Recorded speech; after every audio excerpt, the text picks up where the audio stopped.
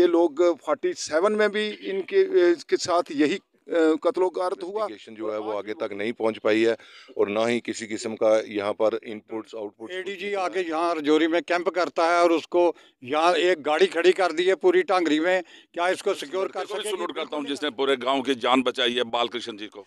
आदाब साहिबान, आप देख रहे हैं रजौरी न्यूज़ अपडेट में हूं आपके साथ शफीक। मैं इस वक्त मौजूद हूं डांगरी एरिया के बीच में। यहां पर एक ऐसी दर्दनाक घटना पेश आती है कि यहां पर कुछ स्थानीय लोग हैं। आइए साहब। देखिए, ये बड़ी एक दर्दनाक घटना है जो मिलिटेंट ने यहाँ पे अटैक किया और यहाँ पे हमारे रिफ्यूजीज़ के हेड हैं राजीव चूनी जी, जो हमारे एक बहुत बड़े नेता हैं हमारे रिफ्यूजीज़ के, डिस्प्लेस पर्सनस के, वो यहाँ पे मौजूद हैं। उनके साथ हम आए हैं यहाँ और इसमें हम डिफरेंट पार्टियों से ताल्लुक़ रखते हैं, लेकिन हमारी कौम एक है। हमारी एक कौम के लिए हम सब इकट्ठे हुए हैं, जिसमें हमारे कांग्रेस के सीनियर लीडर हैं, AICC के मेंबर हैं अशोक शर्मा जी, और इनके साथ हमारे खेमराज जी हैं, यहाँ के सरपंच हैं, और राजीव जी के साथ जो टीम है, दत्ता साहब हैं, बाकी जो टीम है इनकी, हमारे स्थानीय हमारे तहसीलदार साहब हैं यहाँ हमारे साथ, और जितने भी स्थानीय लोग हैं ये हमारे साथ हैं।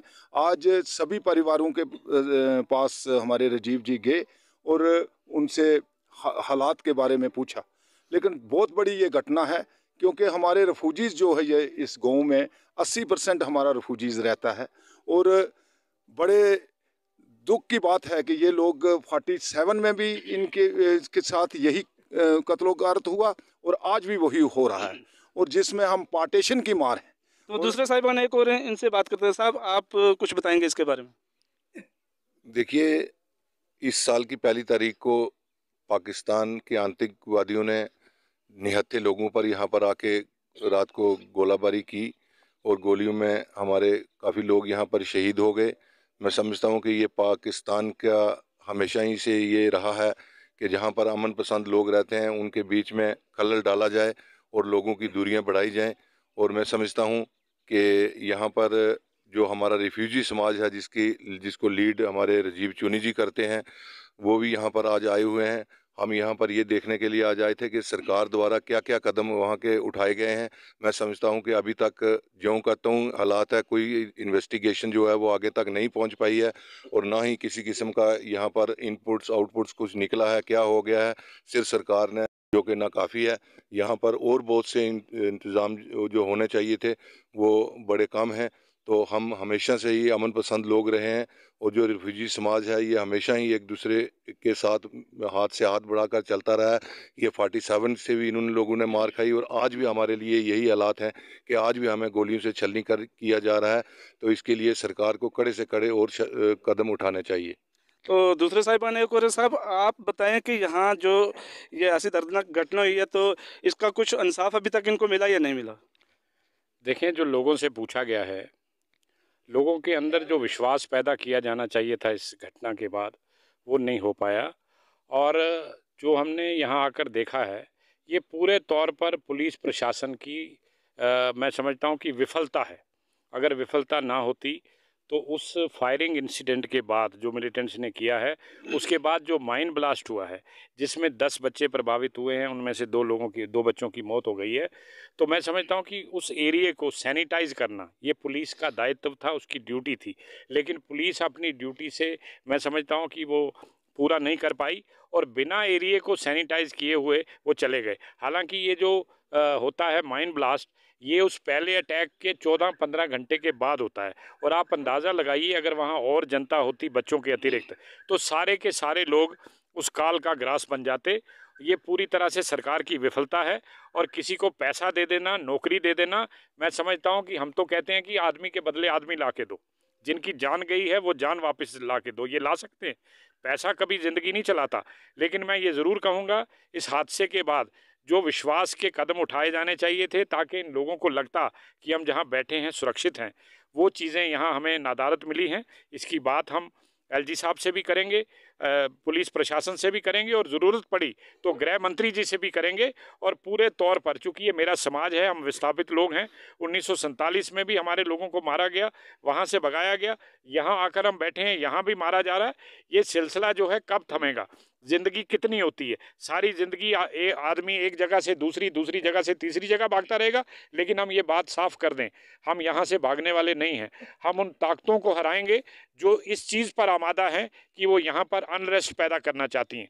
लेकिन शासन और प्रशासन का भी ये दायित्व है कि वो इस लॉ एंड ऑर्डर को ठीक करे और यहाँ लोगों के अंदर एक विश्वास बहाली करे और उनका विश्वास पैदा करे। हाँ, कोई ऐसी साजिश तो नहीं की गई जो हाँ हिंदू मुस्लिम के बीच में आपस में क्लेश डालने के लिए?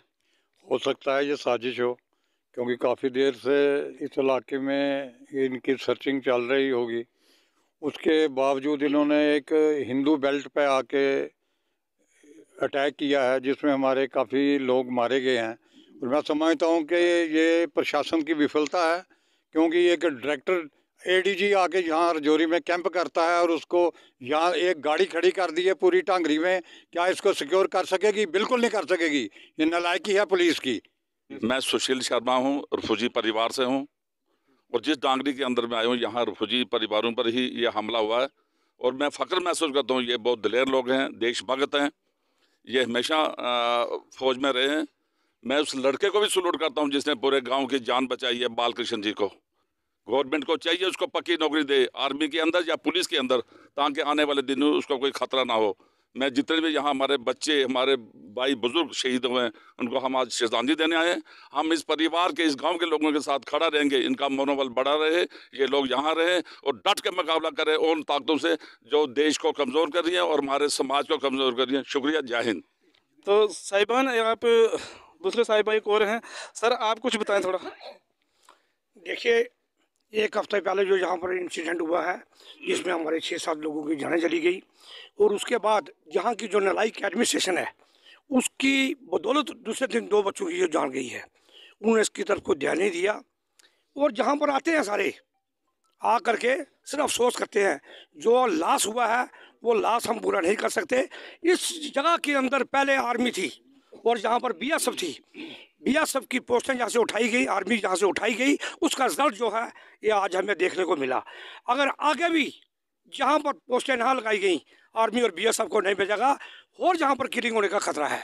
और मैं उस आदमी को भी सलूट करता हूँ जिसने एक फायरिंग करके यहाँ से मिलिटेंट को खदेड़ा है, नहीं तो बड़े आराम से मिलिटेंट काफ़ी तादाद में जहाँ पर लोगों को मार देते।